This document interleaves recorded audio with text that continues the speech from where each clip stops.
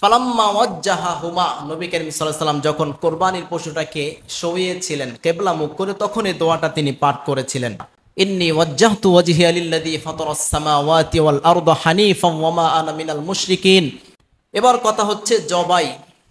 সুনানে আবু দাউদ 2795 নম্বর হাদিসের বর্ণনা এসেছে নবী করিম সাল্লাল্লাহু আলাইহি ওয়াসাল্লাম কিভাবে জবাই করেছিলেন এবং তিনি কি দোয়া পড়েছিলেন।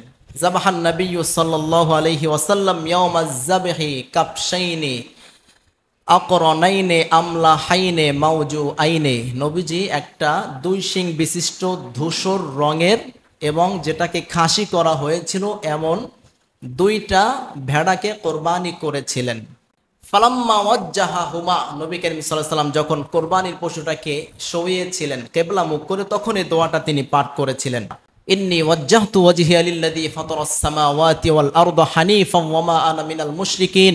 ইন্না সালাতি ওয়া নুসুকি ওয়া মাহইয়ায়া ওয়া মামাতি লিল্লাহি রাব্বিল আলামিন লা শারীকা লাহু ওয়া বিযালিকা উমিরতু ওয়া আনা আউয়ালুল মুসলিমিন। কোরবানি করার সময় এই দোয়াটা পড়া হচ্ছে সুন্নত।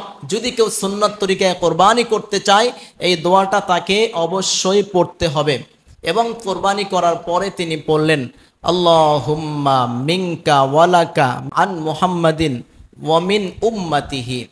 নবী করিম সাল্লাল্লাহু আলাইহি ওয়াসাল্লাম বলছেন, এই যে কোরবানিটা আমি করছি আল্লাহর পক্ষ থেকে, যে আল্লাহর জন্য, মুহাম্মদ সাল্লাল্লাহু আলাইহি ওয়াসাল্লামের পক্ষ থেকে এবং তার উম্মতের পক্ষ থেকে।